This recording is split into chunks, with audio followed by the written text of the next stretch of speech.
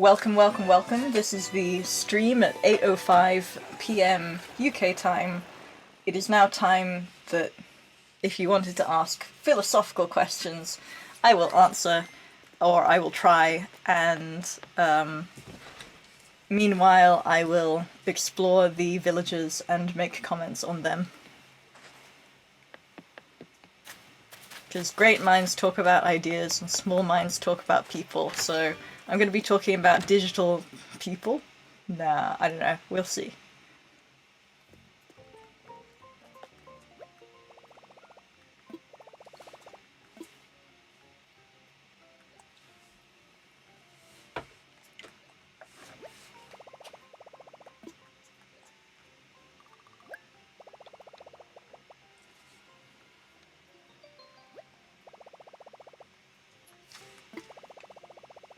Reflective of life, though, isn't it? Several archetypes of people with huge varying difference in details. Yeah.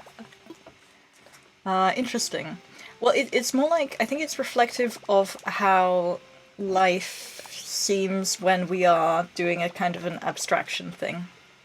I mean, certainly there are character archetypes, or like there's kind of there are patterns and there are memes and there's sort of logic of the situation that people fall into. But I think people are actually just much more different between each other than usually we think.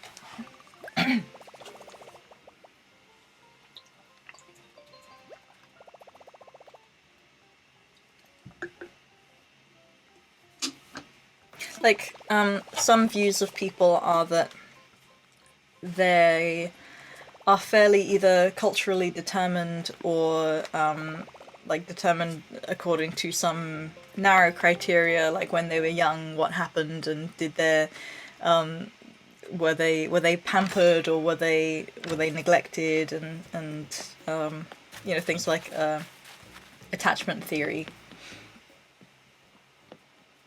Logic of the situation. So, can you say more about what logic of the situation means?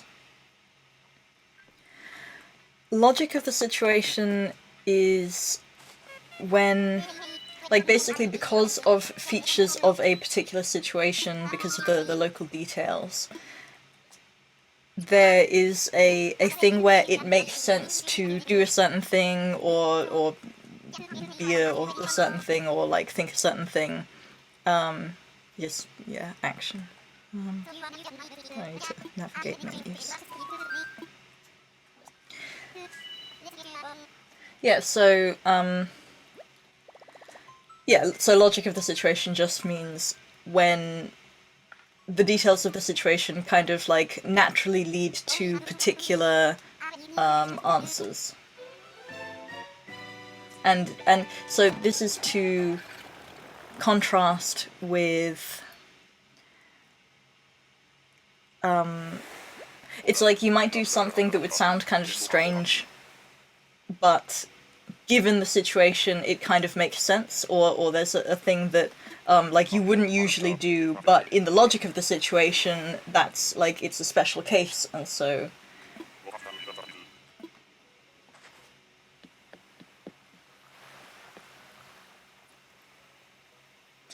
do you think the archetypes are ones we impose on people as a kind of heuristic? Yeah, that sounds right. I don't like that guy. Oh, I don't like him. I already don't like my heuristics so that I don't like him. He's a goat. I don't like him. Let's go talk to him. Just once, just once. Not more than that, because then he might try and live on my island. Oh, why don't I like him?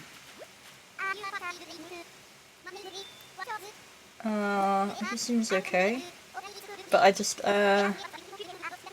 okay, he's a... Dagnabbit. Okay, I mean, he's a goat. No. Goodbye. Oh, he's the devil! Gosh, was that secretly a deep cultural thing that was being tapped into just then? Or was it just that he didn't have any redeeming qualities?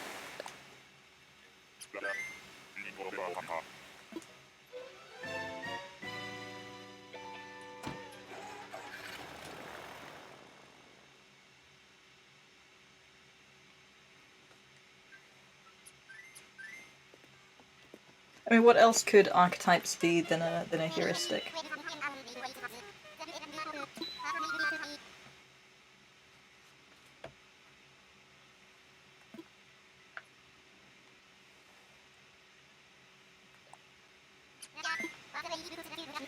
So something about Animal Crossing, pointed out in the chat, is they're actually speaking English, and Japan, it's a different language. And it's part of the ongoing evolution of fake digital speech. So actually, they kind of speak English, but they don't really. So apparently what they're doing is each letter is being said at like triple speed or something. And so it's not really that they are saying the words like paperwork, like that it's like pa at put like they're kind of doing that. But it's not even that, because I've noticed that with certain consonants, there's a little like ooh sound at the end, or an oh sound at the end, and that's because in Japanese, you don't have anything with a kind of a sharp consonant at the end. And so let's see, what's an example. So check, he said cheku, because that's how you would say it in Japanese. Because you can't have just a k, so it's a ku.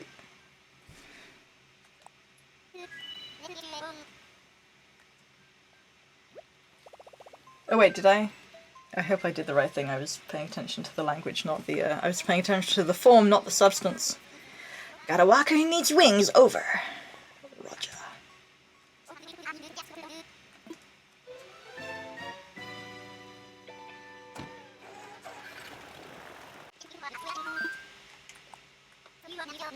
Okay, question. You've been talking about this concept of non-doing. Any speculation on how non-doing might relate to memes? So for those who don't know, non-doing is this idea that I got from Michael Ashcroft on Twitter, which is, I think it came from like Alexander Technique / something to do with Taoism, and it's related to Wu Wei, and it basically means a kind of something like effortless action or something. I've just seen that my computer is running out of batteries, so I thought I plugged this in earlier.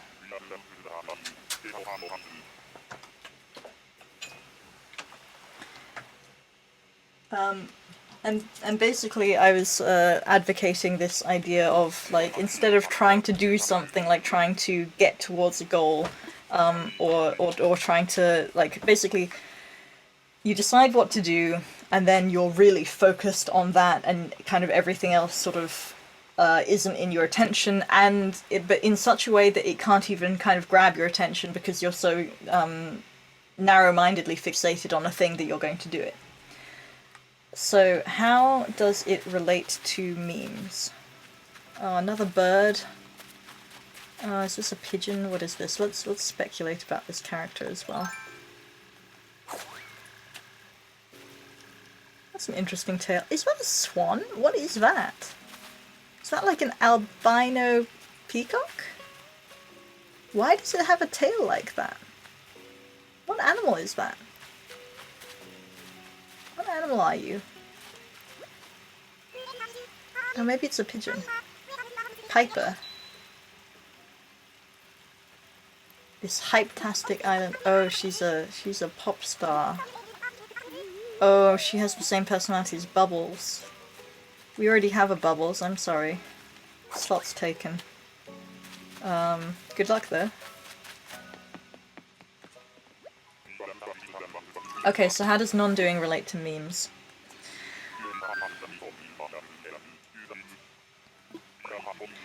I think there's a thing where...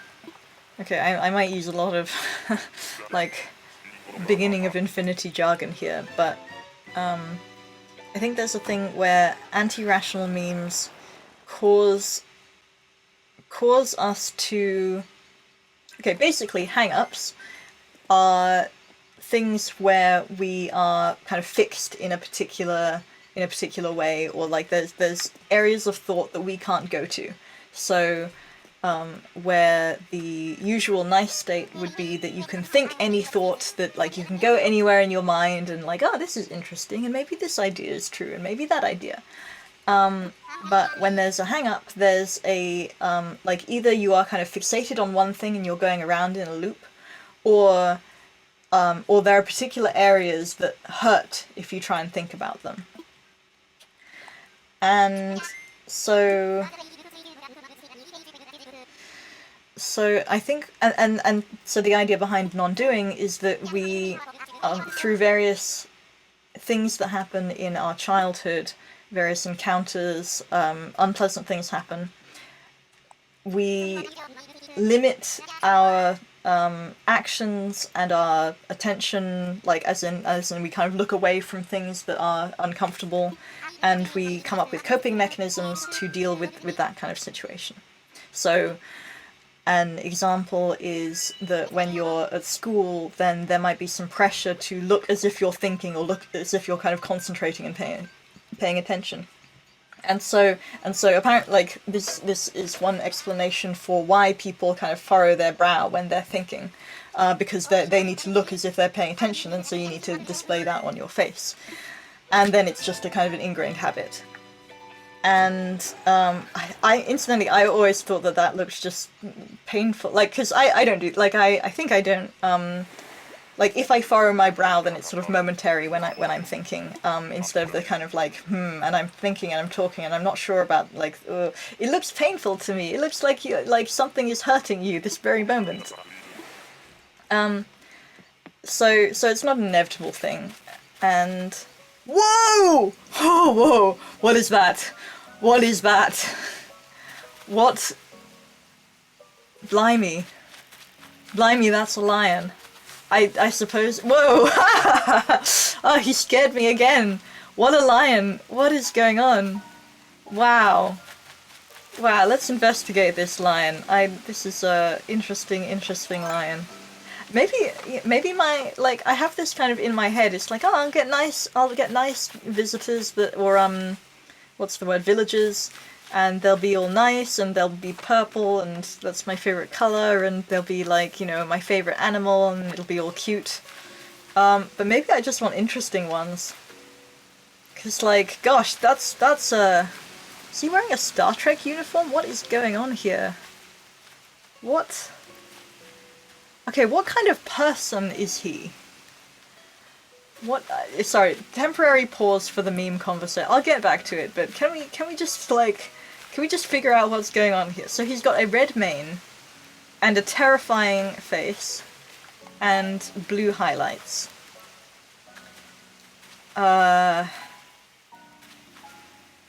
Oof.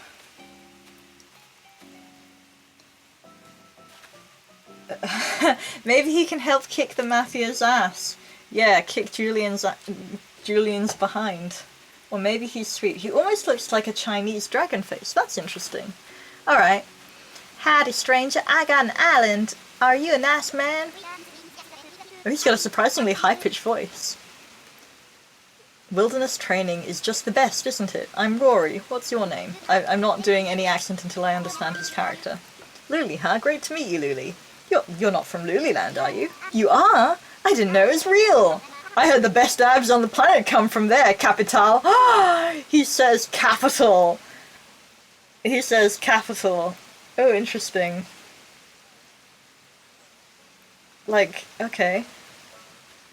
Ooh, okay, so he is a nature kind of survivalist a little bit, but not like massively. He likes to work out, apparently. Do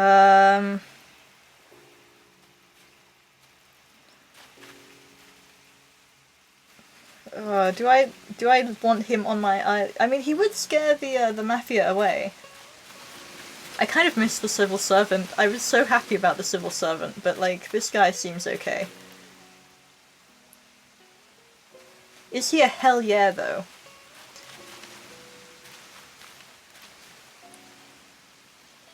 I think I can talk to him one more time without him deciding to set up shop. I want a bit more information before I make this decision.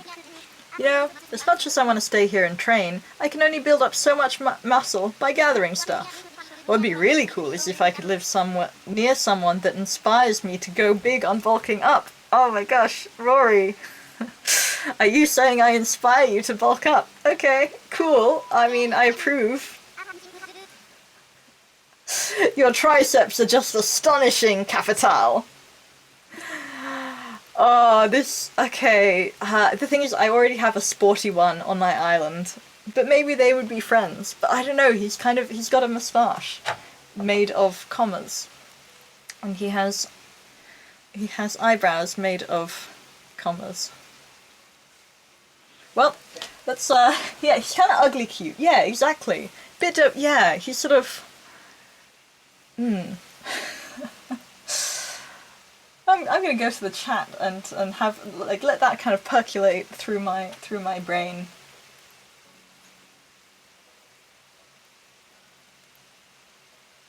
Oh yeah, just to finish the thought on meme theory. So, the basic thing I was going to say is that, there are anti-rational memes that cause us to get inhibited in various ways. And when I say inhibited, I mean, like, restricted or, like, tunnel vision, I guess, is like tunnel vision, and then also tension, and I'm trying to think of all of the things that non-doing is. So basically I think this, or non-doing isn't, rather. So I think that non-doing is the solution to this thing where you're always trying to do. And instead of do, you, it's something like you hold in awareness stuff, like the place around you and what you're, like, you have intentions, so like I intend to pick up this controller. And I kind of effortlessly do, because it's sort of like, I'm like, oh, this would make a good example. Instead of like, oh, I have to pick up that controller now, and then I kind of, there's a contracting of my awareness and my ability to change course. Because if I'm like, oh, I have to pick up the controller, that's the next thing I'm going to do, then I'm not paying attention, I'm not kind of being playful and looking at all of the other things I could be doing, and ideas that I could be playing with. I didn't think like, oh, I could pick up this controller and make a decision on Rory. Oh, his name is Rory, that's a pun. I just realised. And see, I realised that because I'm at least slightly in this, I'm not really trying to do a particular thing, I'm just sort of having fun with it. So yeah, non-doing is kind of like having fun. It's more like being open to having fun, I think. It's not necessarily like the same as having fun. So, in other words, if kind of the natural state, like children have this very kind of natural, just like kind of doing like all of this stuff, instead of doing all of this stuff, if that makes sense. I keep banging into, I wish these came in a wireless version, so that's slightly annoying, but they don't sell these anymore. Anyway. He's like the alpha Bertie Wooster. How is he like Bertie Wooster?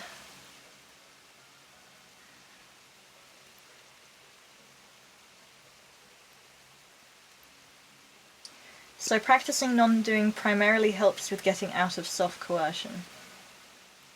Yes. I think so, yes. Okay, and then there's a longer comment about Orientalist philosophy. As a deep, as a deep disgusting Orientalist. I don't know if Orientalists are disgusting. Am I reading that right? Anyway. I always conceived of Wu Wei as akin to the concept of flow, broadened more widely. Yes. Or that's how I only learnt about this really recently, so I'm definitely going to be butchering this, so, you know, do your own research. But the key concept in Wu Wei is the concept of being unconflicted. Anti-rational memes are when there are internal conflicts, have this restrictive effect on us. We feel the conflict, when in a state of flow, which we all have at some point, we experience sort of what Wu Wei is like. Yes, I agree entirely. That's better than what I could have said. I think I just said like a longer version of that. Is it analogous to virtue ethics? Instead of focusing on acts and their consequences, it's about developing traits.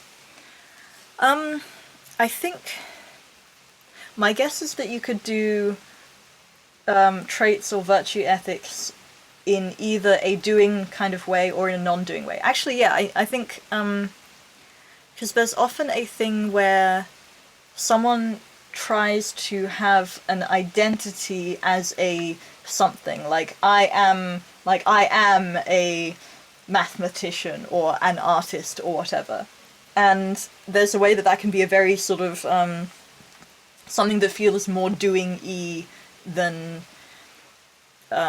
yeah. So could it be, is virtue ethics actually incompatible with non-doing? I don't want Rory. I like his pun name, but I'm sure all of them have pun names. And he says my triceps are astonishing. And he says the word capital. I like capital. It's it's a thing you want to amass. And so he understands that, you know? He shares my values, that's what I'm saying. But he has quotation marks as a moustache. So he doesn't share my aesthetic values. Oh, but he does have his own style, so maybe I should admire him for that.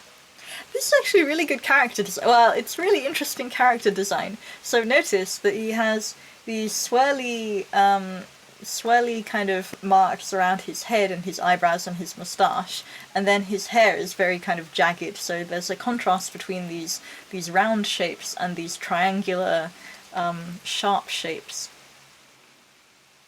That probably says something about his character as well.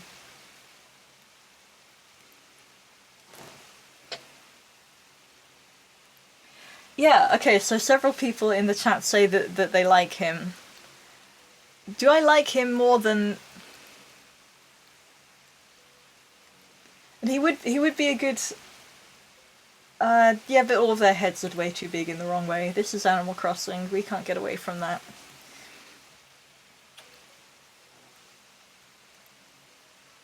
Yeah, it's possible that he's secretly an idiot.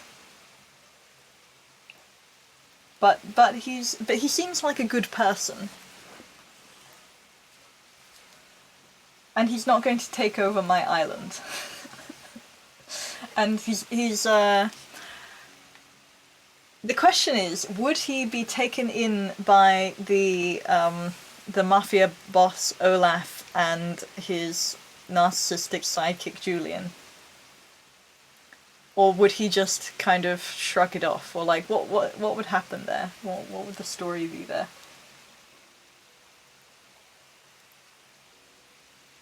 Kind of a pick-me though, yeah, a little bit, not sure.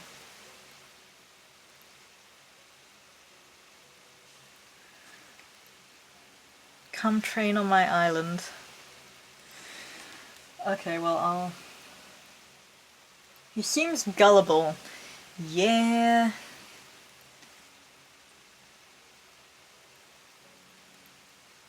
It could go badly. The mafia might appeal to his yearning for strength. I don't think, like, I think he has my impression is that he'd be someone who'd be in competition with himself in a kind of positive, sort of chill way. He doesn't look like he wants to get strength. Like he gets inspiration from others, but he doesn't get his validation from others. It's more like, hey, I see ya. You look like you're doing the right thing. Let's go do the thing with you on your island. But yeah, maybe he's a bit desperate. Maybe that's the vibe. Maybe. He's also orange. I've already rejected 2 orange characters immediately. Well,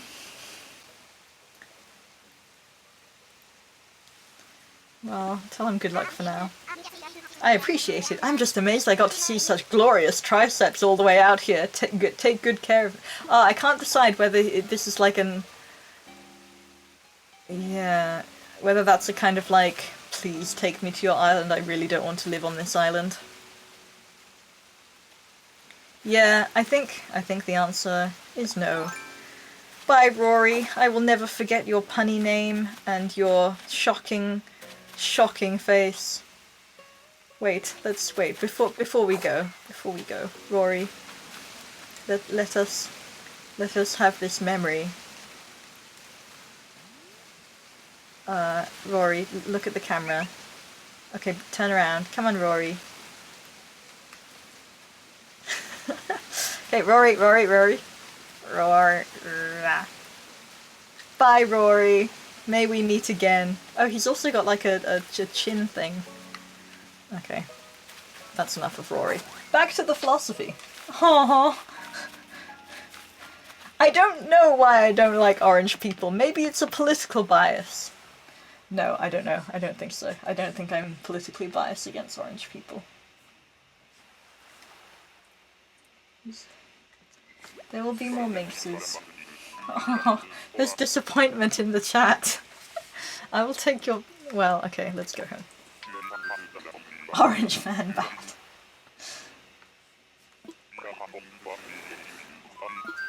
I think this character has the deepest voice in all of the game. I mean, I say that of all of the characters I've met, it's a pretty deep voice. Okay, back to non-doing, self-coercion, virtue ethics.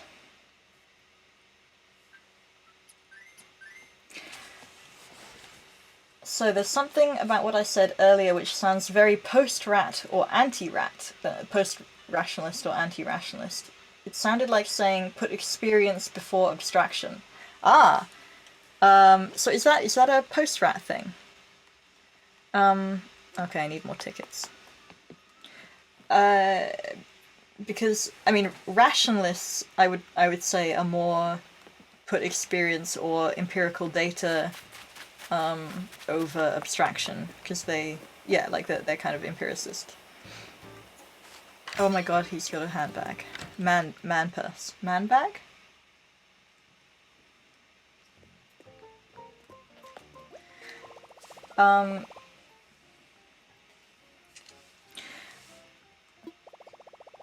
Or do you mean kind of experience as in sort of subjective experience before? No, well, okay, so I think basically both are needed, and so the way that I see it is that we have these explicit ideas, and these are things like abstraction and theories and logic and science and reasons and so on. And then we've got this whole world of inexplicit ideas. And these are things like emotions and desires and intuitions, but also it's not just those things. It's not just kind of the qualia or the feelsy stuff or the I can't explain it, but for some reason this is true. There's also a lot of inexplicit ideas behind our explicit ones. So for any explicit idea, that like if I express a theory in language, then I'm using a bunch of words. I'm referring to a bunch of context, a bunch of culture, and a bunch of, like, each of those words will have a definition to them. I'm invoking grammar, so I don't know the rules of grammar explicitly. I mean, I know some of them, but like the actual rules of grammar, no one knows in like, you know, people write huge books on these. And so, how many tickets am I getting? How many neighbors do I think I need to sort through? I'm gonna just go through the whole, like, 300 and gotta catch them all. Anyway. So I think that both explicit ideas and inexplicit ideas are important, and neither comes first. Well, technically speaking, inexplicit ideas come first because there was a time before we had language, but that's first in a different way. I'm being, like, nerdy about the detail. Pedantic. So, and in terms of importance, I think they're both just very useful. When you've got an idea in explicit language, then it's a lot easier to criticize, it's a lot easier to compare to other ideas, and to look at what the logic actually is. Like, you can write it down and you can double check it and you can refine it. Whereas with inexplicit ideas, although you can do that to an extent, it's a lot harder because in order to change or modify or evolve your inexplicit ideas, you don't really do it in a... I don't think you really do it in a direct way. You change the environment under which they're evolving.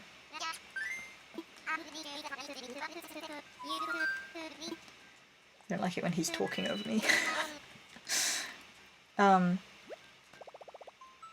So you do things like so one way of changing the environment under which they're evolving is by thinking about these abstractions. And like CBT apparently is a type of therapy where you look at, like, okay, what are your actual ideas? Like, what is your cognitive content? What do you think right now? And this often changes how you feel, because once you write it down, once you kind of speak about it, then it's like, oh, okay, so I think that. Or you can do it in a somewhat more direct way where you look at what your feelings are. So you might like check in with your body, and you might like see, okay, do I have any tension? Am I like do I feel any kind of emotions? What is my, if I kind of like let my mind wander, then what are my intuitions on this? And there are various techniques for exploring your inexplicit world. And instead of going straight for the neighbor, I'm gonna hit some rocks while I talk about this. So, yeah, what did I actually say that is put experience before abstraction? I've now forgotten.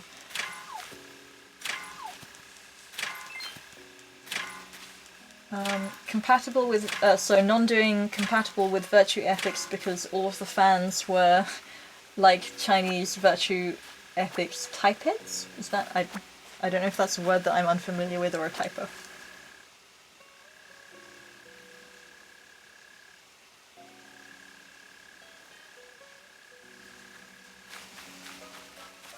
Do you think Popper would have thought Orange Man bad? Yes. And Popper was, oh! I've seen this one before! And he startled me then too. Gosh, he looks horrible. Look at how mean this one is. That's a school bully. That's a school bully, that is. What's this? What's this? Oh, look at... This is the thing I'm talking about! With the furrowed brow! You have tension, my friend. And look, he gets into fights. He's got a thing on his head. Gosh, and he can probably pull several punches. More than 2. He can pull, like... 4? I don't know, how many legs does he need to walk? Okay, hello.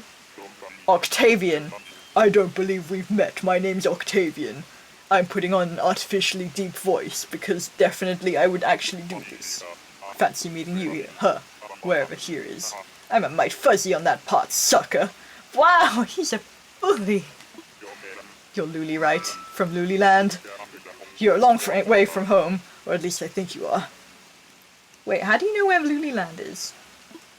Well, we all got our reasons for being here. Where we are, I reckon. Just need to puzzle out mine. Oh, he would definitely join the Mafia. Don't, he would be like... He would be the henchman that actually does the physical violence. Okay, I'm gonna sit and have a think about whether I want to expand my Mafia. This is actually the second time I've got him. And I didn't talk to him before, I just ran away in fear. Which is probably what he wants me to do. Ugh, I don't like the way he looks. He's slimy. He's octopus man. He has 2 sets of 3 legs. Well, anyway.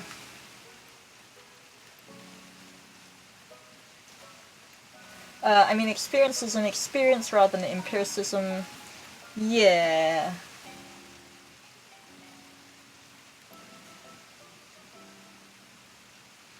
What is your take on the classic question of reals over feels?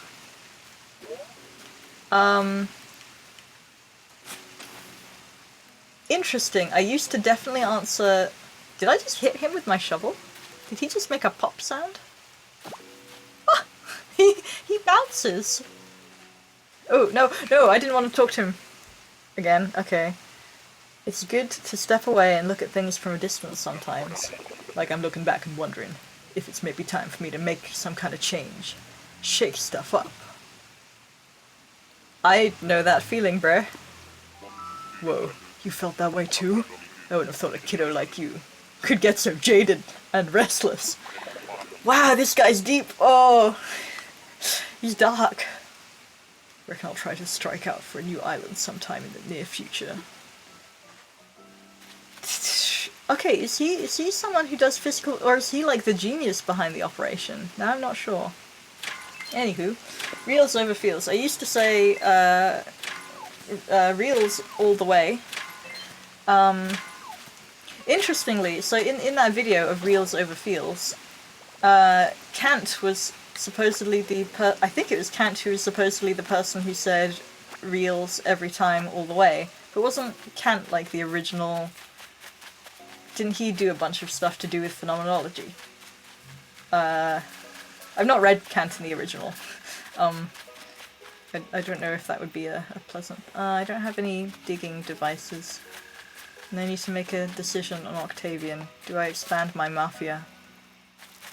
I wish I got the civil servant now.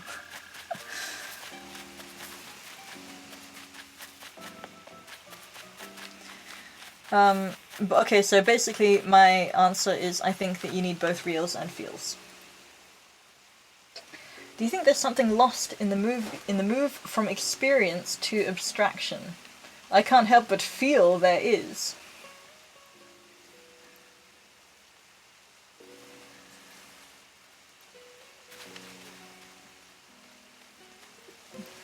From experience to... yeah, I mean any move from inexplicit to explicit is going to be missing something, whether it's missing a relevant thing or not. And then there's the whole question about qualia, and how do we understand qualia? Can qualia be translated into explicit language? I think that all thought, including like this inexplicit experience stuff, including qualia and so on, all thought can be translated into explicit language because explicit language is universal. Now, when I say can, I mean it's not that we can translate all thought. Like we can't, because that would, it would take too long. First of all, but in principle, it would be possible to translate any given thing, like the value of a work of art into words. So I think, so when you say do you think there's something lost in the move from experience to abstraction, I think not necessarily. Like I think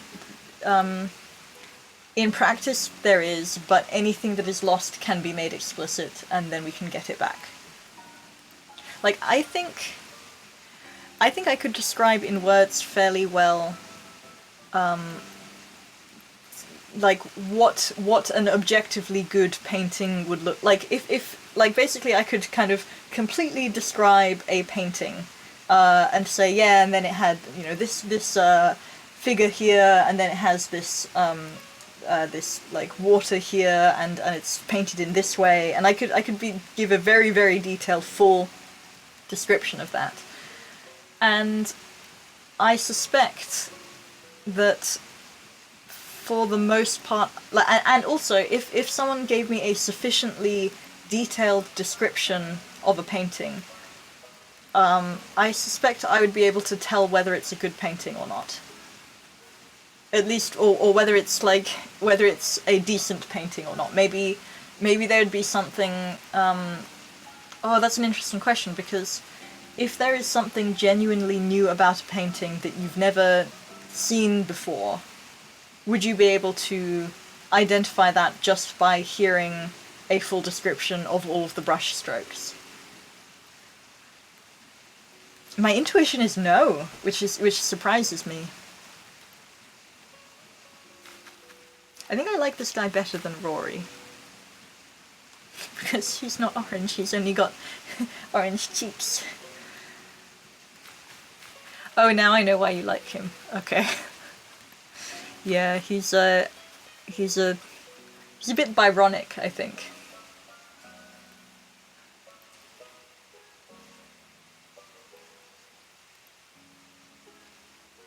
Oh, you say he's Byronic. Ha! I said that before I read further on in the chat. He could have just bumped his head. Yeah, I'm sure. Octorok. He's a mysterious... Okay. Please, he's a beautiful Byronic figure. He's a mysterious loner. He's more like the guy who ends up fighting the Mafia as a vigilante. Stop bullying my boy Octavian by hitting him with a shovel. I see myself in that Octo lad. True reals is feels plus reals. Booyah! Yes, that silly boy, that is completely and utterly the true... Yeah.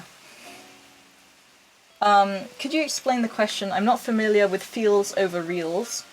Is it a theory of mind? Can someone link the video in the chat, because it's like it will explain it better, but basically feels over reals is rational abstractions versus experience and romanticism, kind of. I don't think it's a theory of mind, but like basically there's this video that says all of Western philosophy boils down to this debate of feels over reals. Okay. Cool, thanks, cheers. Since there has been so much love for Octorok over here, and since he is a Byronic figure... Oh, should I bring him in? Would he get along with my other island people? I'm gonna put him in a... he's gonna be right next to... Okay, here's the thing. When he moves in, I will show you exactly where he is set to move. The map won't work for this island. Oh, okay. I can't show you. Do you remember the cute deer that I showed during the beginning of the stream? I don't know if you were there for that. But he's going to live right next to her. Now, he would keep to himself, but like, so she will be flanked by, so, like, she's got her house there, this guy will be there, and then over there will be Olaf. I don't want her to be, The thing is, he's quite depressive. I think he would fit, I think you should get Animal Crossing. He would fit quite well in your island. I don't know if he would fit Luliland. The thing is, Luliland represents optimism and play and, like, problem solving, and he's someone who's just brooding with his problems all the time. Look at his face. He's in pain. Look at this face. Hang on. Come here. Come.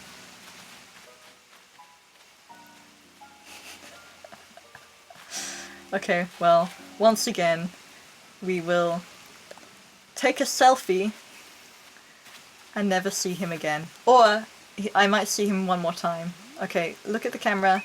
Whoop. Come on. Wait, it's just... This is how you do Animal Crossing, okay. It's always really difficult to... I wish there was a feature where I could take pictures of villagers and they would stop walking around. Alright, well, farewell. Okay, alright. I feel like a bit like a mass murderer, just taking like shots of each of my victims.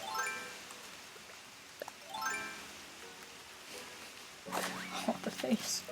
What do you make of Buddhist notions of no self? Can there be a subject of experience, in your opinion? A subject of experience? Oh, like the no self Buddhist thing.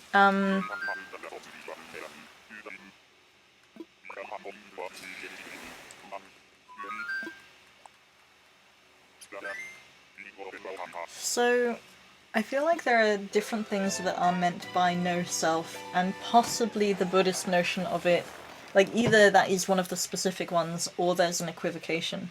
So there are selves, like there's a myself, there's a yourself, there's a, I mean, I guess the dodo, I don't know, he's a bit of code. And this means something like the collection of ideas and history and the way that you make decisions and this particular meat sack instead of a different meat sack. Hello, I lose for you. Welcome, welcome back. We are talking about feels versus reals, non-doing, Buddhist notions of no self, and trying to find me a new villager for my Animal Crossing game after my island has been overrun by the mafia. Or so I suspect. So I'm going to the islands a bunch of times to try and find a good villager, and I've turned down several even though they were all really nice. Well, some of them were kind of scary. Anyway, okay, Buddhist notions of no self. So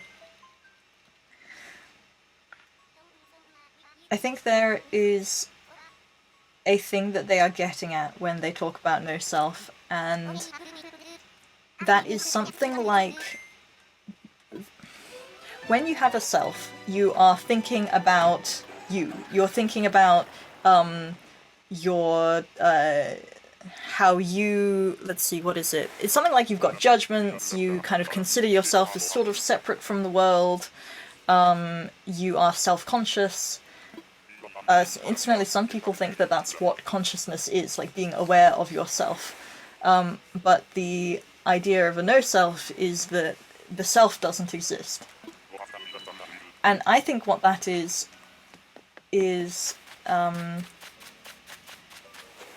basically it is meta-commentary on the actual thing that I would consider you, or what you are, or what you're doing. So when we are thinking about ideas and problems and kind of what the topic of thought is the thing that we want to do, or the thing that we're like the different conflicting ideas that we have. And oh, I don't have a shovel. Ah, that's why I broke my shovel on okay, maybe I should make a new shovel. Okay, it's gonna be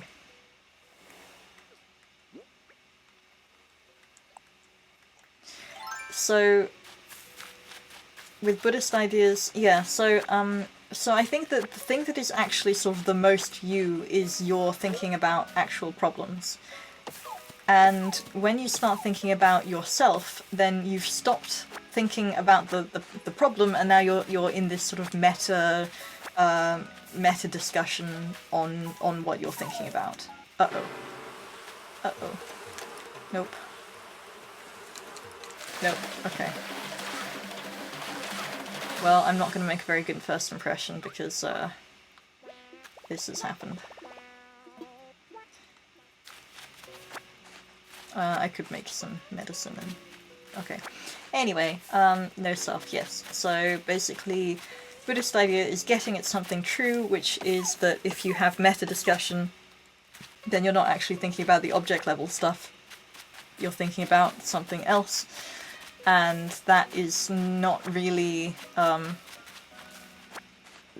It takes up thought processes or thought, like, clock cycles that you could be using to actually think about stuff.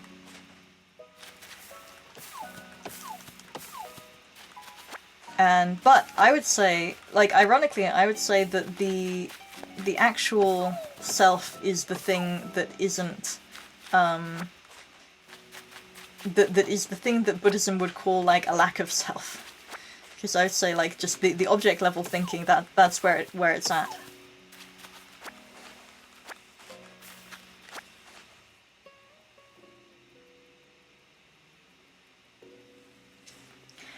I think Harris's notion of self is like an irrational judgment consciousness. Yes, that sounds right. That's automatic. Interesting, that's automatic. Yeah, like there's a way that we can kind of get into our heads where we're not even aware that we have this little voice going on that judges us and so forth. Oops.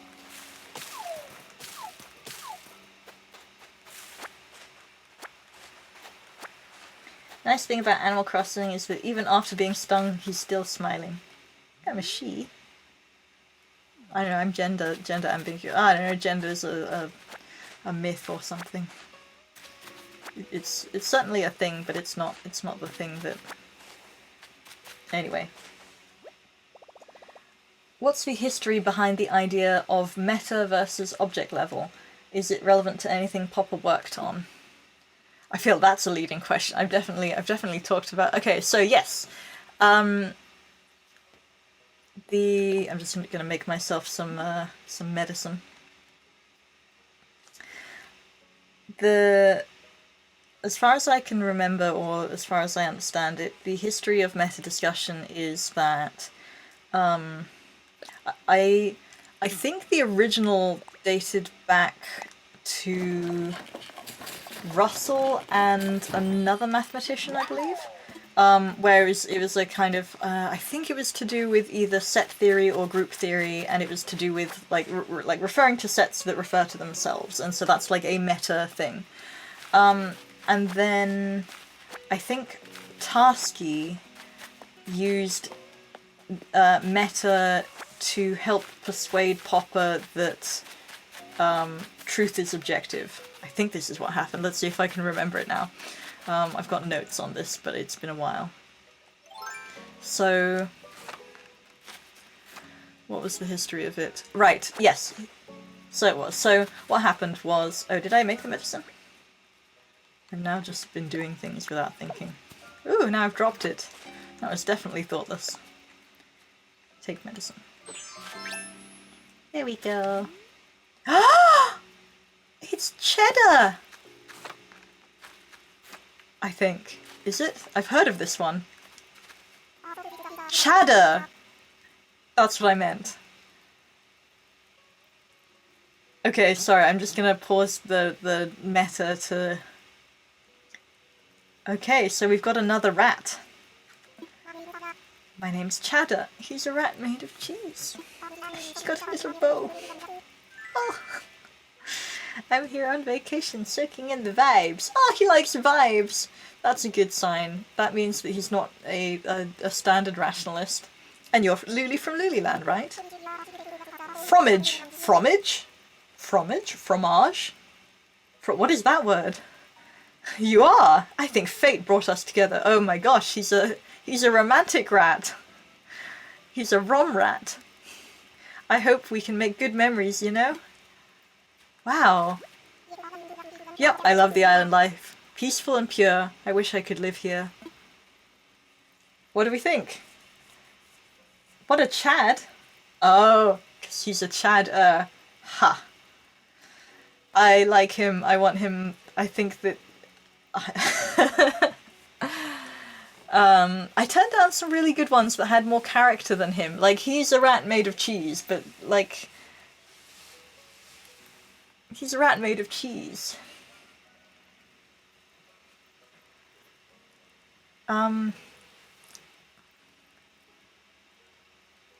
He looks intelligent as well. He's well dressed. He's thoughtful. He does spark joy. Yeah, I'm gonna just come to my island. Aw, and he has a sort of an off. He's gonna smile like this. You're Luliland, right? Yeah. Is it just like this island? Coming here took some nerve on my part, so I'm not sure about going to another deserted island. Or is it because... Wait, okay, here's the thing. I have another rat on my island. Will this one get eaten by the first one? I think rats already eat their young, don't they? Someone Google that for me. I think they do. Hopefully their non-relation will discourage them from eating each other and they can be friends. I don't know, how would that interaction look? Mafia don't like rats. True! Okay, done. But I believe in destiny. We met for a reason.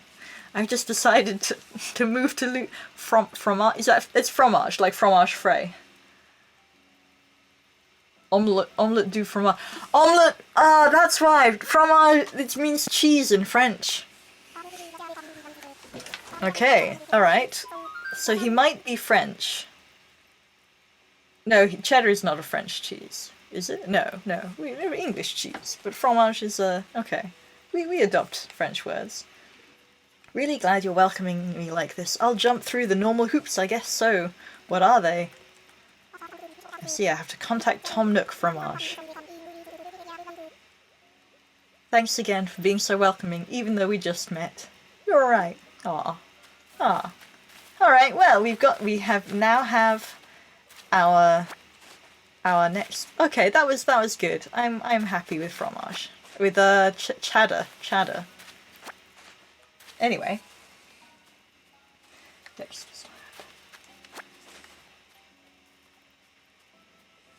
Oh, I do need a shovel though, so that I can be digging up rocks while I'm discussing the nature of the universe.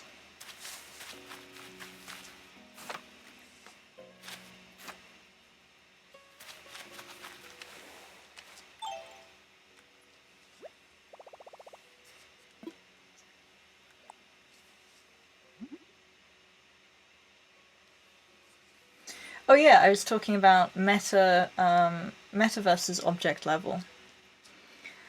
So started with Russell and someone I can't remember the name of. It was to do with mathematics and set theory. Then Tasky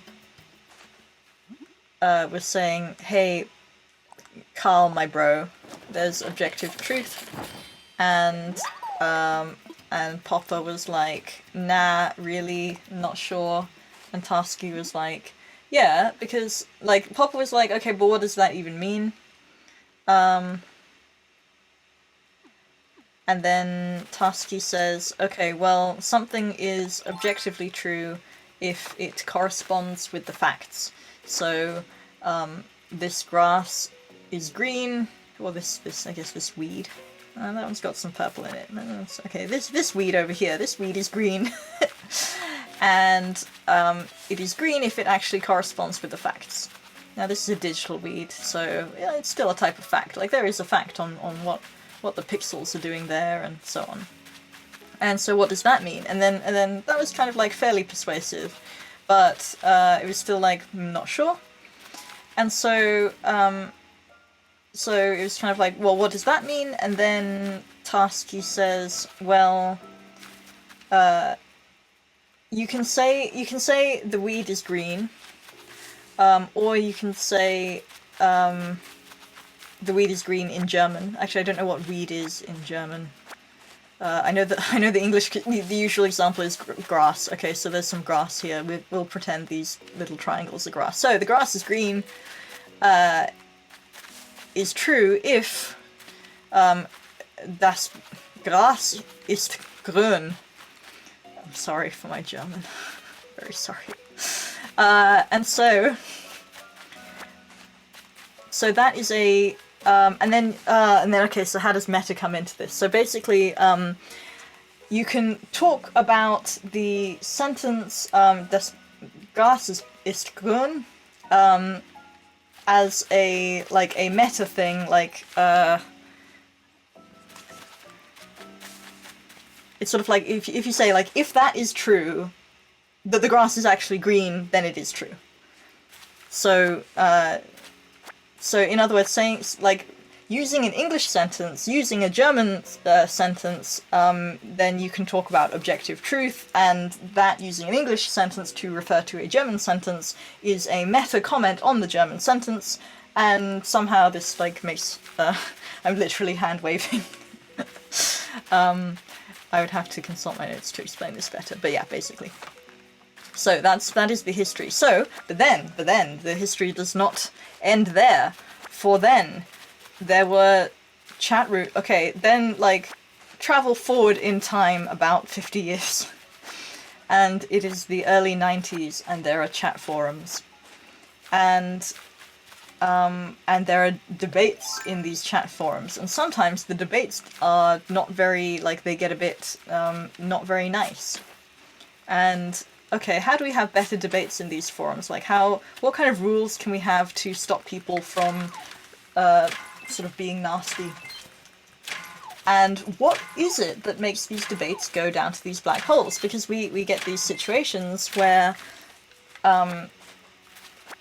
like something will start out kind of reasonable enough, and then someone will say something that will slightly tick off someone's nerves, and then they will respond with a kind of like slightly ticked off comment, and then that will balloon, and then there'll be like a third person being like, oh, you two are arguing, I can help this situation, and then they make it worse. So what's going on there, and how do we have rules in the chat room such that it doesn't get heated in a unproductive, unpleasant way? And so one of the things was that meta-discussion seems to cause something bad to happen in discussions. It seems to cause a kind of black hole of attention, because what will happen is that, and now we're talking about meta-discussion. Now we're talking about meta-discussion in terms of discussion about the discussion. So now we're using this idea that kind of came from like Russell and mathematicians, and then Tarski, and then it's like, yes, meta is something about something, and it's like, okay, discussion about discussion. And so it seems that if you say, oh, I don't like your style, or discussion about the participants in the discussion, so that's also meta discussion. Or like you're just saying that because you're a communist, or like you're like, oh, I can't believe that you just said that. And it's like, why? I said something perfectly reasonable, and I'm not a communist. In fact, like only a statist would say that. I don't know, I'm making up something. Anyway, so I need to not have that. Bury it again. So it was noticed that meta-discussion has this property that causes discussions to go into black holes. I think several people noticed this, actually, because I vaguely remember that there were multiple chat rooms. I don't even know if the TCS forum started it, or whether a different forum started it and we kind of took it from them or something. But there was this rule, no meta-discussion. Because once you have meta-discussion, then first of all, you're not talking about the thing, and second of all, the emotions of the thing kind of increase, like people are taking it personally, whole lot of bad stuff. So that was meta-discussion. That was a rule for a lot of the forums to have productive conversations. Then, but it seemed like it was deeper than that, and there was something to this sort of meta-discussion is unhelpful, or it drives things into black holes. And then, I mean, probably a lot of people had this thought, so I don't know whether this is original to me, but here's the story as I see it.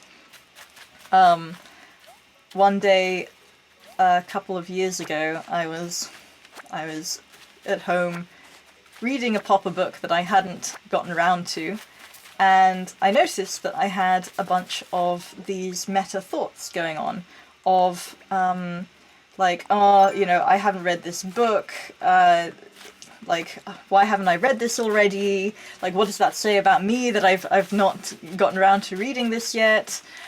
I'm not reading this fast enough. I'm too slow of a reader. Do I even understand these ideas?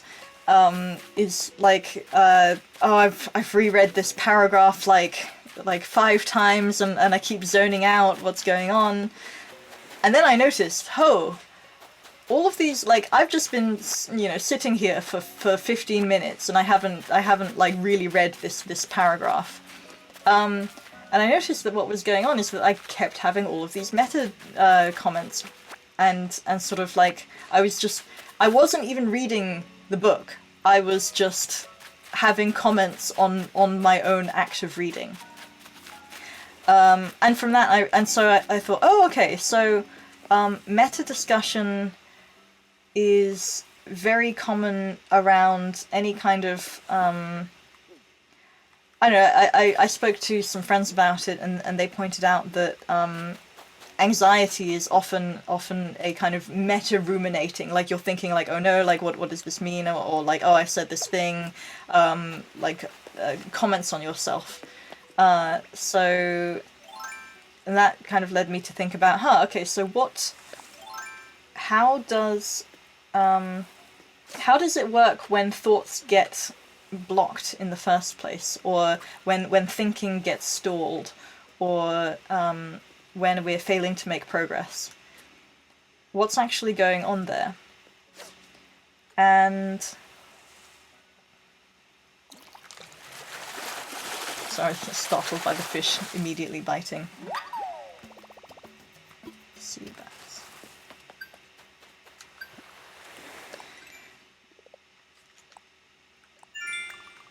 So I was thinking about how thinking gets blocked and stuff, and my current guess is that there is, so something can only get stuck in a loop if it has at some point in the loop a self-referential part. So like A because B, or A implies B, and B implies C, and C implies A, and there's a kind of a sense in which this is meta, and I think that a lot of hang-ups, possibly all hang-ups, I don't know, boil down to some kind of negative comment about yourself, or about your thinking, or your style, or like your being, or something like that. Like, I am bad, or I'm not worthy, or I'm not good enough, like something like that. Or I can't do it, or, something like that. And I think, I don't know, I'm still like this is a very budding kind of speculative idea that I haven't fleshed out into a proper theory yet, but I think it's always got this meta loop. So whenever I talk about meta loops on Twitter, that's what I'm talking about. I'm saying like, hey, there are these looping thoughts where there is a step of meta discussion where you're then kind of talking about yourself again.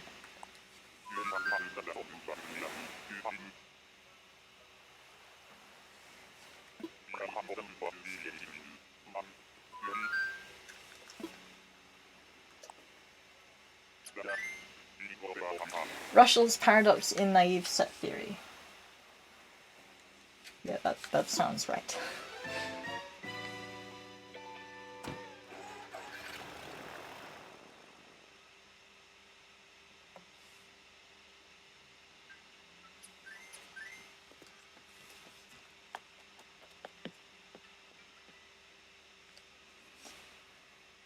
Okay, going back to the free will thing, just because there's interesting stuff in chat. The sense Harris says doesn't exist. No, not free will. Self. No self. The sense Harris says doesn't exist is the fixed subject appearing within consciousness, rather than the totality of consciousness. Right, so this is the kind of the homunculus fallacy. As in he's pointing the homunculus fallacy is a fallacy. This appears as a result of a kind of judgment or reactivity to experience. Okay, so that's the meta discussion.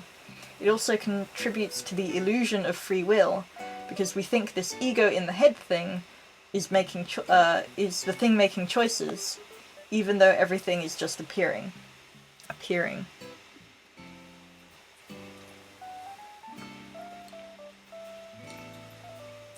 I don't know why appearing is not making choices.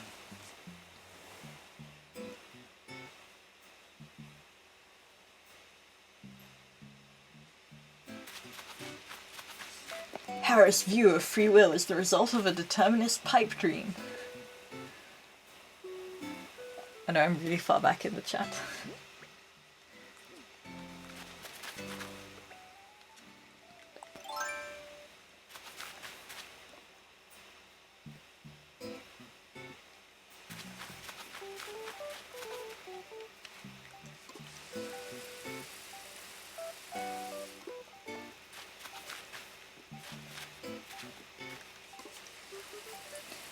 prior condition, pure seeing, or raw experience all seem incompatible with the idea of theory-laden experience, though.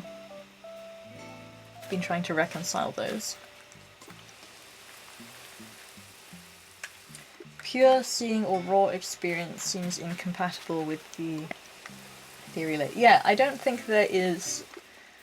this might be a disagreement, but I don't think that... Ooh! There's my other rat friend. Hey, I brought a rat that's made of cheese. Isn't that two good things? What up, Luli? Word is you've been pumping the island for KK Slider Show. I don't know what voice to make him. KK songs are the best. I play him during cardio on my jogs when I'm trying to fall asleep all the time. What I'm saying is, KK's kinda the secret to my swollenness, so thanks for helping bring him here. Speaking of swollenness, I just wanted to compliment you on all that heavy stuff you're carrying. Go you! Oh no, that means he wanted to give me an item, but now he can't.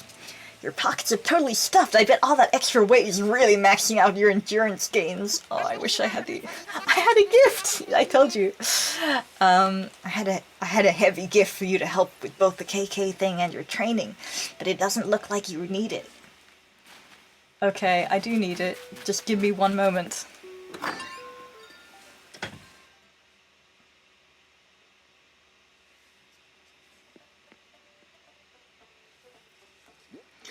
Yeah, as for the direct or pure seeing, direct experience, like this is something that I'm still trying to understand as I actually don't know how to pronounce like the last name there, but I know your name is Jake, so let's see, put in storage. I really want that present from my rat friend. Yeah, anyway, I'm still thinking through that stuff, and there's something I definitely don't understand about it. So, yeah.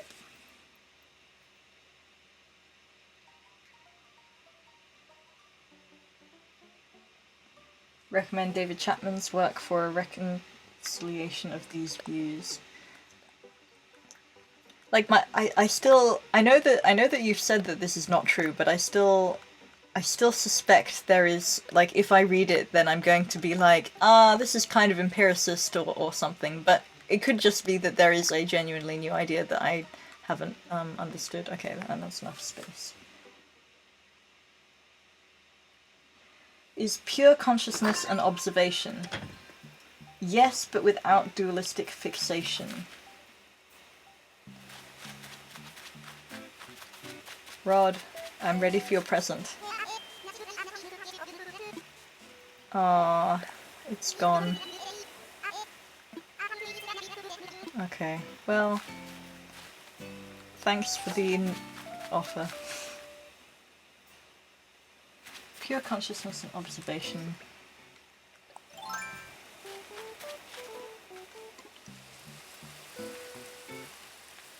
Isn't the notion of an observation inherently dualistic as an observer and the observed? Okay, hang on. What sense of dualism are we talking about here? So there's dualism in the sense of there's like physical dualism, which is where is it called physical dualism? There's one thing where the mind is not a physical entity, it is something kind of quasi-supernatural or something, or there's probably like a non-supernatural version of this theory. I wonder if I just don't understand what dualism means in this case.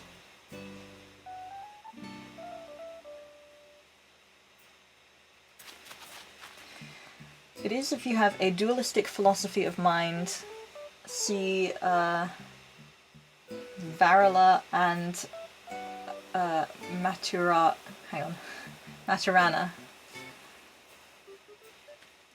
for discussion of the alternative. Cool. Oh, links. I want to get in the chat.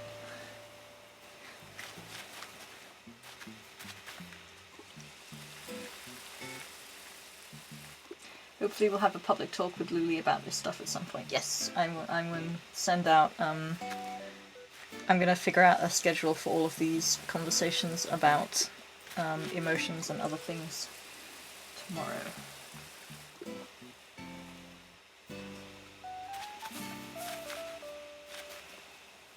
I was thinking that it implies that there's some manifestly true essence, albeit empty, below a layer of concepts.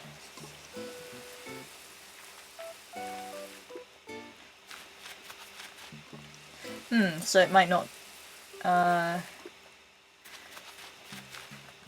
not be empiricism, but there might be some kind of essentialist. Nah, Chapman's not essentialist. He's like the anti-essentialist, isn't he? He's not, surely he's not.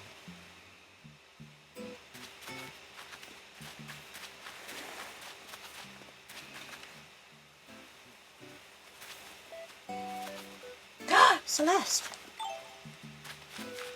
Hello, Celeste. Good evening. Aren't the stars just exquisite tonight? Hooty toot, I almost forgot. I came across a recipe for an astronomical project in a book and jotted it down. I would like you to have it. Do let me know if you try building it, would you? She's so cute. Well, have a splendid rest of the night. I know I shall. Oh, and I'm wearing argyle just like her. Look at her argyle. Kind of. If you see a shooting star, why not look up at the sky with R and pressing A to make a wish? It's not scientific, but I just know that if you make your wish before the star disappears, it will be granted. Oh. Okay, is there a shooting star? Still don't know the shooting star trick. Alright, back to philosophy.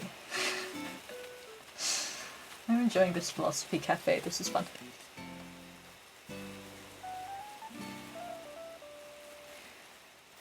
CBT is about reducing mental loops. Ah, interesting.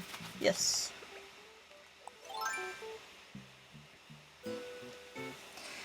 Mental health isn't really about having a problem or bad mental stealth. I assume that means health or state. But rather an inability to escape loops and meta thoughts. Yeah, I suspect something like this, yes.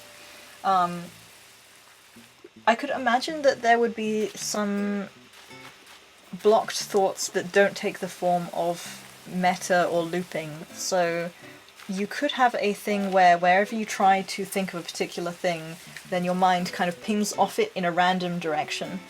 So that you're not... Like, it's not like you're going back and back over and over and over again to the same thing. It's that you're going to a new thing every time, but just consistently avoiding that particular thing.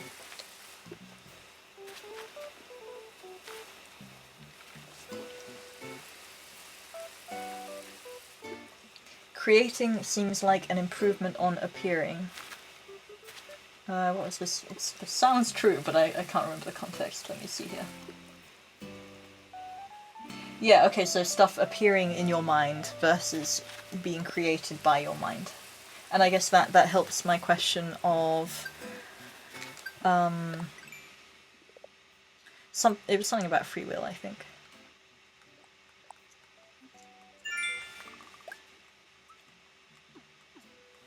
Oh, not free will. The self. Why do I keep saying... I think they're related concepts, so I keep kind of muddling them.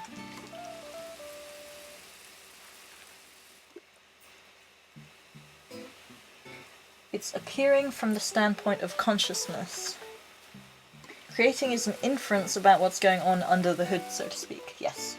But phenomenologically, these things just show up, yes. I think that's how it seems. It's kind of like when you're writing you're writing a fiction and the character just seems to kind of create its stuff, like it's sort of, wow, I didn't expect my character to do that, but apparently it just did, and it can be quite surprising because it's just like, it feels almost separate from you. Harris's no-self claim is phenomenological. The fact that it corresponds to the absence of homunculus is a sort of happy thing in its favour, in the sense that it brings experience into greater register with how we understand the under-the-hood reality to be. Harris argues that there isn't there really isn't any distance between the self and the things being observed.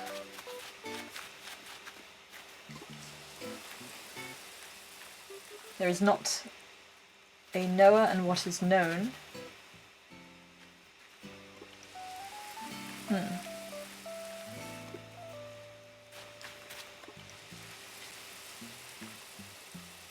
Anti-essentialist. I hate it when I'm watering my flowers and my watering can just explodes. Don't you hate it when that happens? Oh, hello Celeste. She's so pretty. Okay, I won't stalk her. Melba! Hello! Sorry for oversharing, but Screech! I'm so itchy. Okay. Have you washed lately? What? Well, at least she's aware that she's oversharing.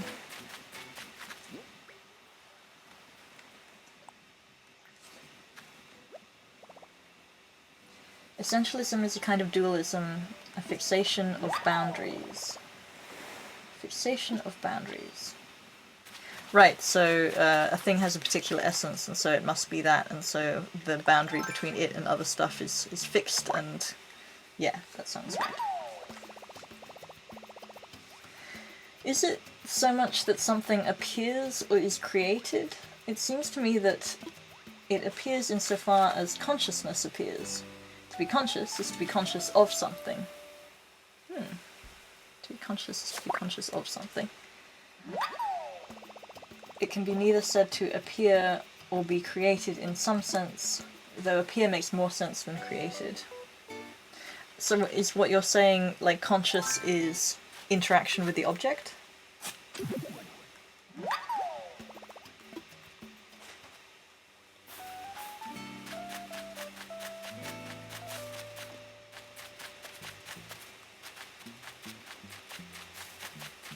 If I ever see that civil servant again, then I'm going to take him, I've decided.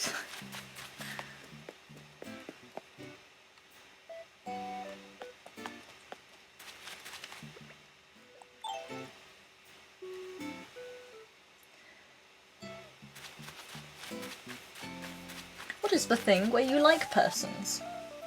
Like romance, you like the unique collection of ideas that is the other person, or what's going on? Yeah, let's see. So why do we like people? I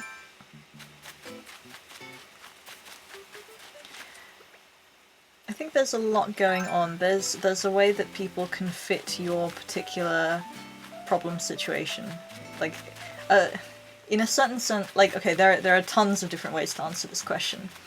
In a certain sense, a person is an answer to a lot of the problems that you have. So, it might be that you, like, some people are really introverted, say, and they actually like having an extroverted friend because it helps them to go to parties or to meet people or to smoothen over social situations, and or the other way around, where, yeah, I mean, so there's the whole having complementary people, and then there's I don't know, I'm just like, I'm talking about, maybe that's not at the level that you're asking. Maybe you're asking something more like what's going on epistemologically. But I think that is it. So it's like you're sharing, either you're sharing a particular problem or a problem situation or a way of looking at problems that then fits into your problems or something like that.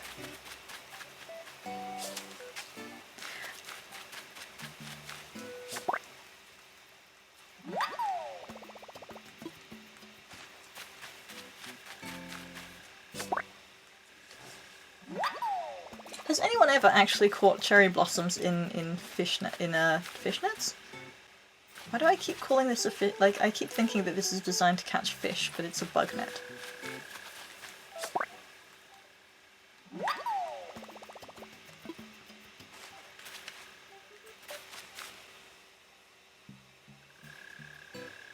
I think there's with the people that you like, there's a very large inexplicit component to it, because it's based on the things that you actually care about rather than the things that you think you care about, or you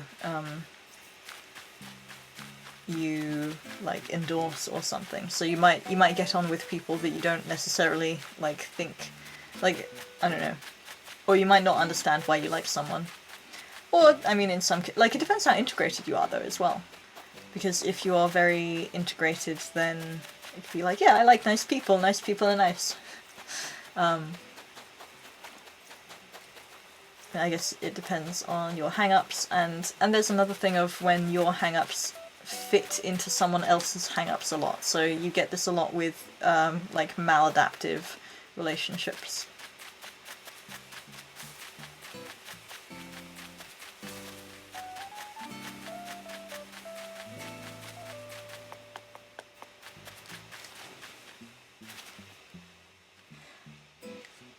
Conscious is the context in which things appear. Consciousness, I suppose, is the context in which things appear. But yeah, there are views that say consciousness always arises with the thing it knows.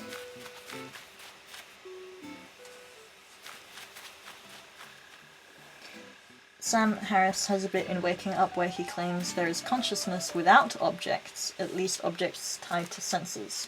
Is that like abstract objects, or is that more just kind of thought?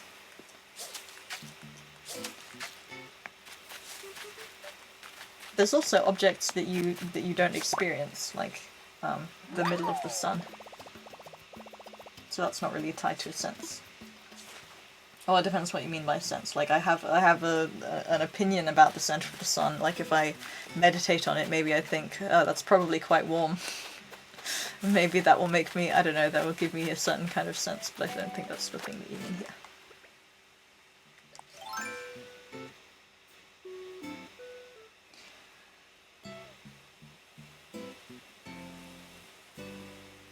Interaction is the key for understanding the under-the-hood dynamics in non-dualistic terms.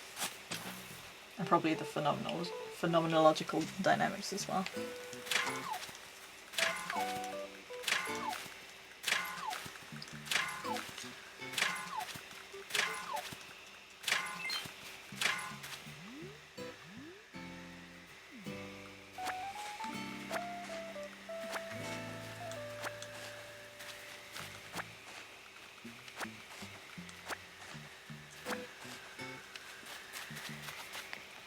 I wonder if the shooting... there's been this mystery in this game, which is how to get the shooting stars. I wonder if they happen on the hour or something. I'm gonna... Okay, in half an hour I will try and check this theory.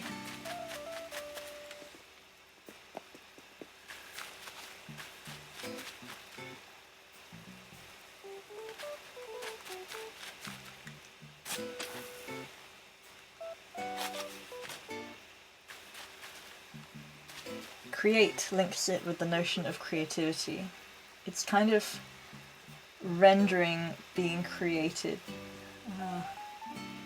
Okay, this is getting quite abstract for me to be reading while not being caught up with the chat.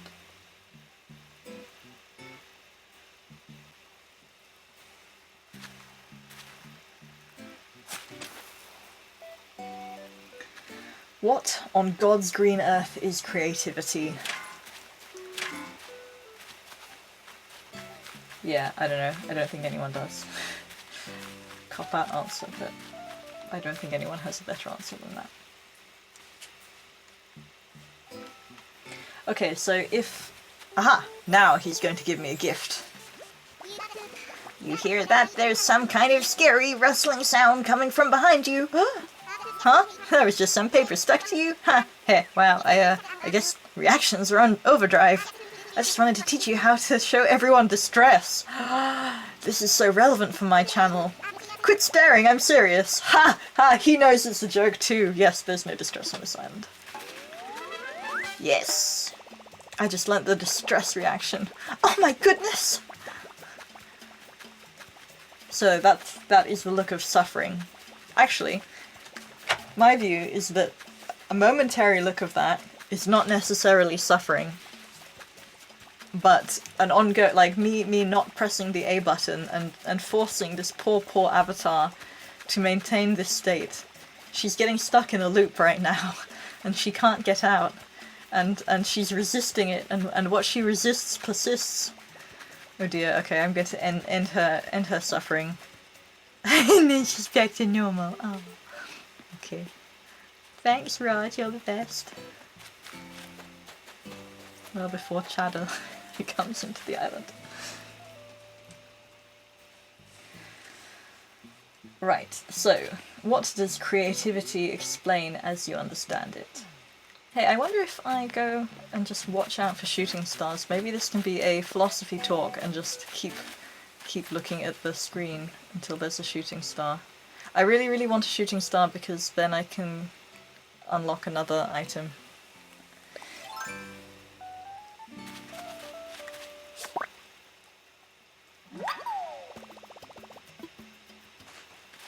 It is the thing we do when we create conjectures and critique them. Yeah, so I guess creativity... It's interesting because creativity features very heavily in the Deutschian framework, and although it does feature in the Popperian framework, it does so less. Because David Deutsch has this idea of universal creativity, and it's also connected to constructor theory, because constructors are things that can transform things into other things, and a universal constructor is something that can create... Ooh, this is a fancy house. I'll go in there in a minute. Universal constructor is something that can make anything, can do any task, or make any... Like, okay, so it's like, it can do a transformation to a thing into any other thing. Yeah, so the distinction between creative versus mechanical features quite prominently in the in David Deutsch's framework. And it's stuff like a lot of things are...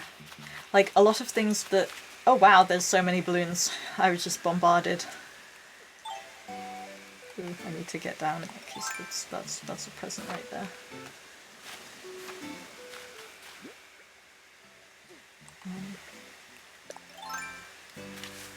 Nope. There we go. The other one I didn't care about because it was an egg. Cherry blossom branches, I've been wanting some. What was I saying? Yeah, a lot of rationalists think things are mechanical when actually they're creative, and if something is creative, that means that there's new knowledge, and if there's new knowledge, that means it's in principle not predictable. Oh yay, it's a money rock. And if something is creative, then that means that there's boundless possibility, and so this is just a very kind of different picture of the world. So that this is why the new critical rationalists, critical rationalism nouveau, that's why we go on about creativity a lot. That's one of the reasons.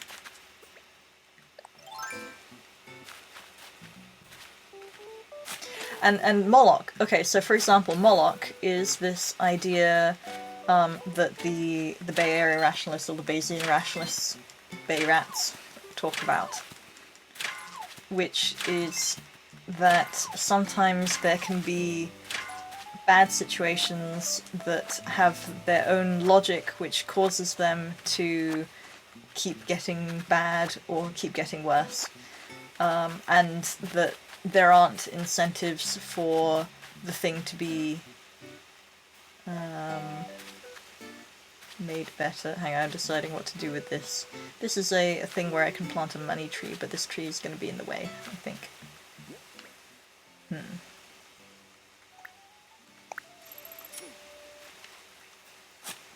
So a typical example of Moloch is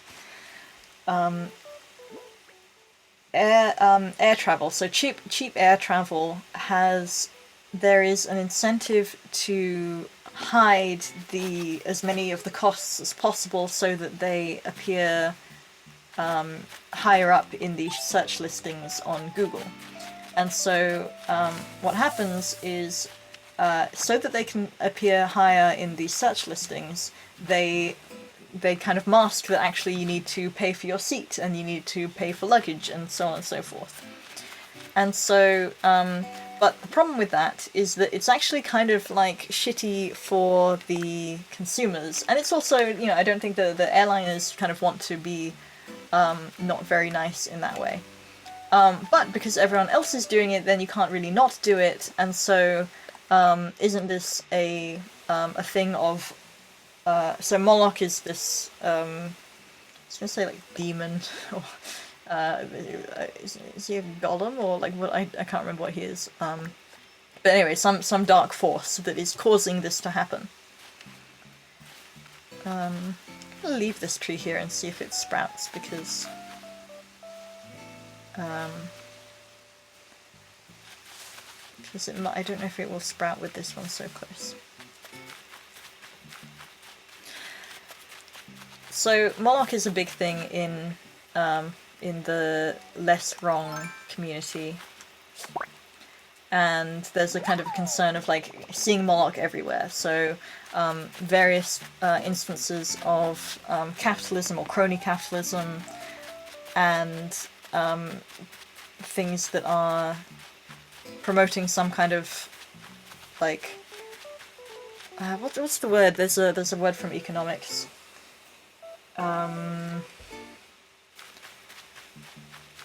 What's the word? You know, when everyone is incentivized to do the wrong thing, or when you can get something bad. Externalities? Kind of.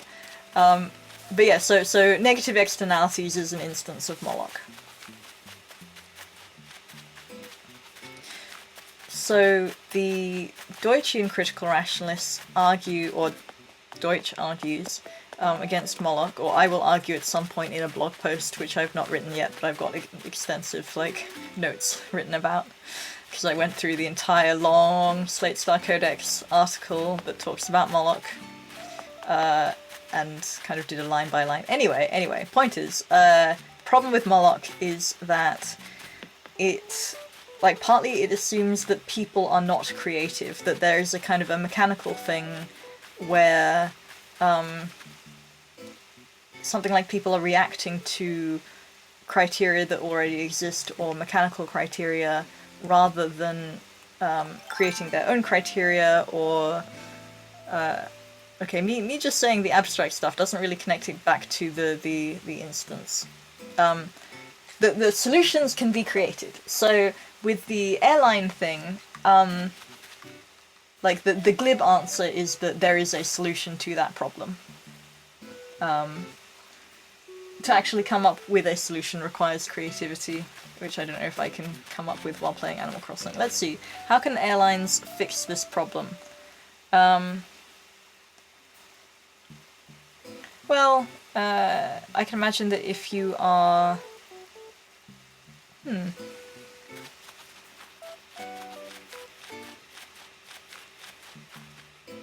Yeah, that's a difficult I don't know. I haven't really thought about the airline.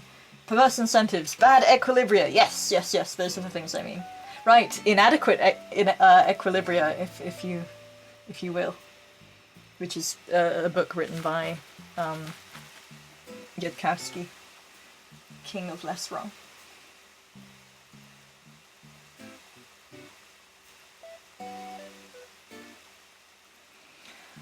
On the subject of what creativity is, like some sort of combinations of previous ideas in ways that aren't arbitrary. Yes, in ways to solve problems. Airlines can band together and ban it. Yes, that's, yeah, like, okay, yeah, so that's the thing. If this thing was actually good for all airlines involved, then you could persuade everyone to say, like, hey, this is actually in our interest to change to this other thing, and I've got these people who've already agreed to it, and so if you do this, then we can. The thing with that, and what the Moloch people would say is, well, it only takes one person to not agree. So effectively, like, what someone has to be. I was going to say irrational, but they would say that it is actually rational because it is in their, in their best interest.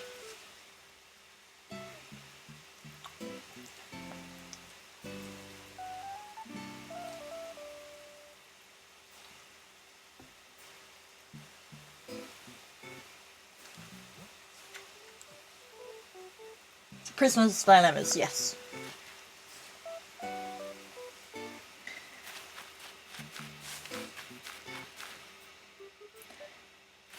That there are, in principle, solutions doesn't mean the mechanistic view of humanity is wrong. The way creativity is used by you and crit rats seems like it's doing more work than simply saying there are solutions. More work in what way?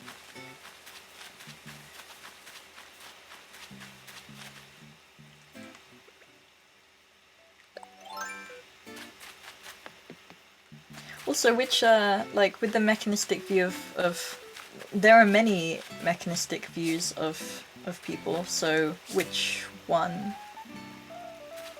The mechanistic view is deterministic, creativity is not.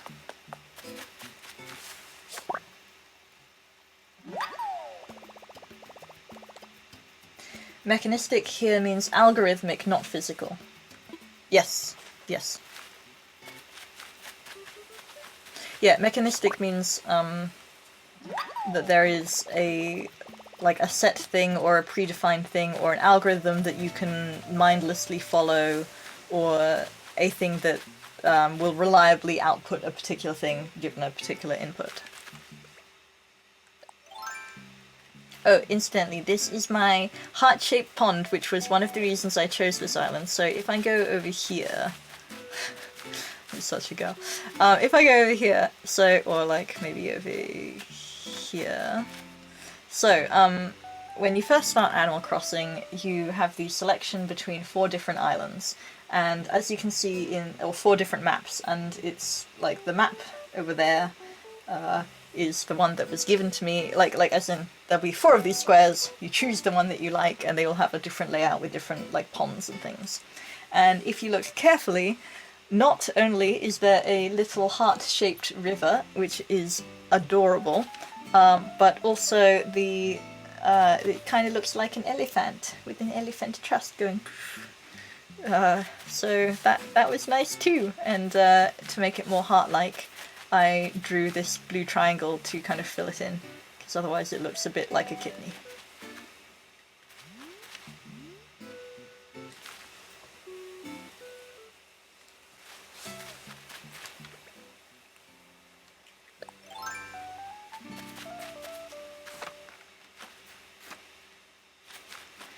So mechanism, yeah, so one of the ideas in this crit rat thing is that the growth of knowledge is not predictable, because if you could predict it, then you would have the knowledge now. And so that's kind of what this creativity thing is about. It's about new knowledge. And so it doesn't even matter whether the laws of physics are deterministic or not. By the way, that thing there is a pyramid, which I placed there. I'm not sure where else to put a pyramid, so I put it in my secret beach. If you guys play Animal Crossing, you can join me for this beautiful view, and we can like have a picnic. Anyway, mechanism. Yeah, so, but this comes up a whole bunch because the idea is that people are creative, and so, I wonder if I can move around and see a different image of the sky. I really want to see this shooting star thingy.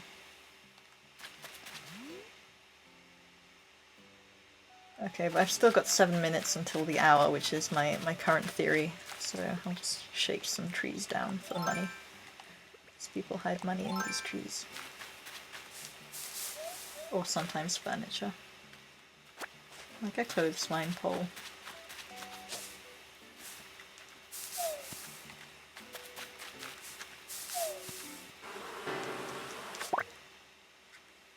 Didn't get me this time.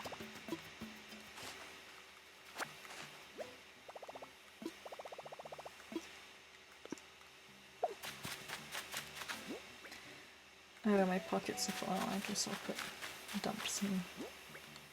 We dug up these when I was trying to just get resources, so.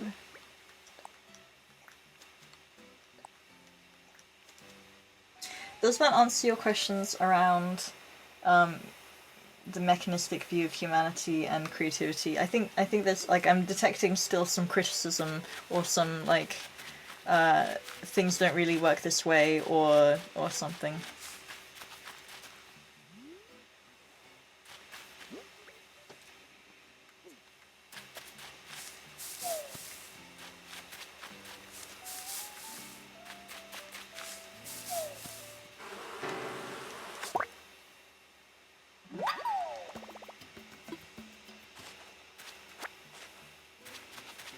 Wrote a long reply, but it's not really the right vibe for Twitch. Ah, but we can talk about.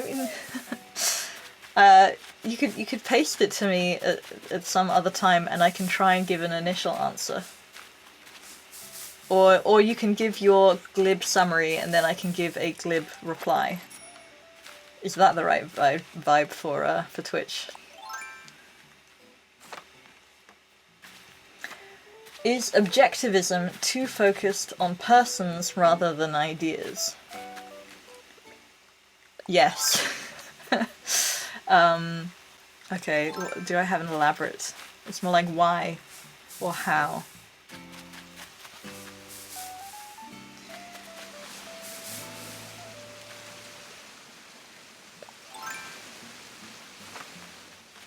Maybe this will help me look at stars. Ooh, I can actually look. Sweet.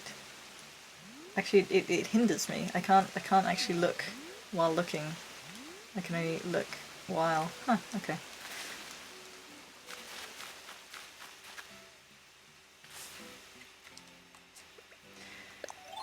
So why? Okay, objectivism.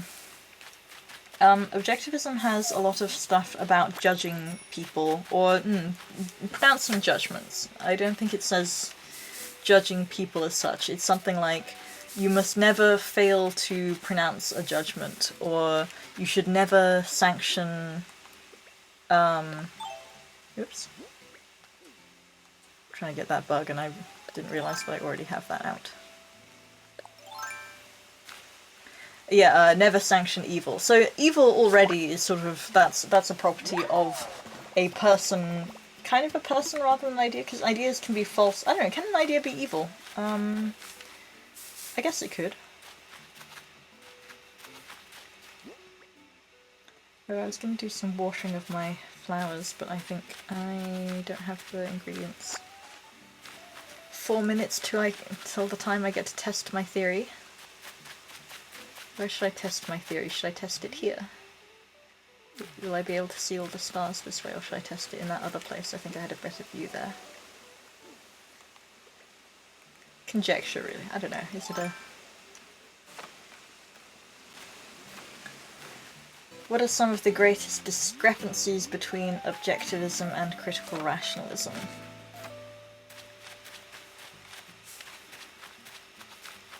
This is a good view. Okay, well, I've got 3 minutes to mosey around with trees.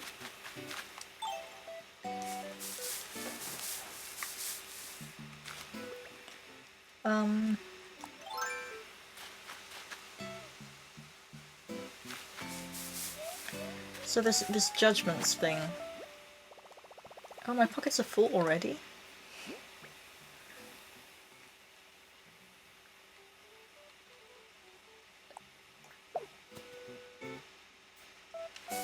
An idea is evil if it entrenches itself and shields itself from criticism. Okay, can I think of a counterexample? Can I think of a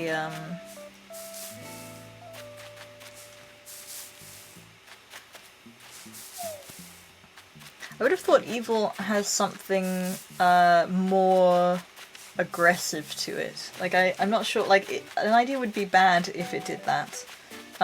Evil seems like it sort of actively sabotages the growth of knowledge or something. 1 minute to go.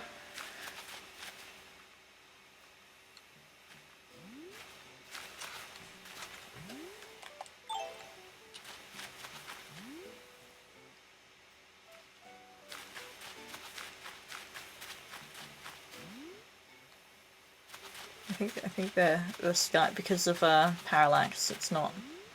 The sky is too far away. What if these constellations are constant between, like, different nights? I'm gonna take a picture so I can look this up later. I wonder if it has its own sphere.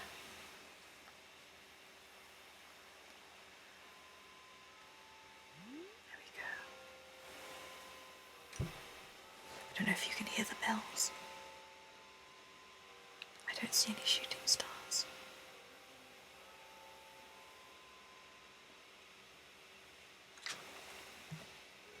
I think my theory has been disproved. Darn. Alright. Well, that was peaceful at least.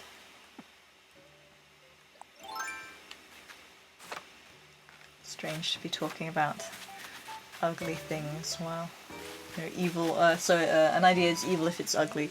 I don't know, I've seen ugly things and ugly ideas, and I wouldn't really call them evil. Like, there's kind of gross ideas that are sort of, yeah, I mean, they might be evil, but I feel like evil is when you're hurting people or something.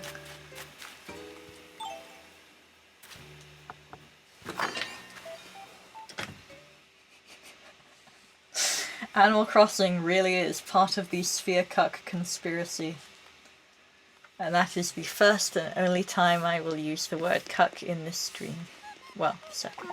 Well, first and... anyway. Oh yeah, this is my new neighbour. What's the point of a fresh start if you're just going to stick with your stale things? That's what I say, yeah. There's so much to do when one relocates, but at least the decorating is fun. Tasteful! That's a tasteful kind of... not mosaic, what's the word? It's a relief, it's a frieze of some kind. Alright, my folks, so we did start bringing up the objectivism stuff, but it has now bing-bonged and it's 10 PM, so I will have to leave you with my parting words, because that's the end of this stream. I'll post to my @metaluli Twitter, and when I'm doing the stream, also you can follow me, and then you'll get updated by the Twitch app.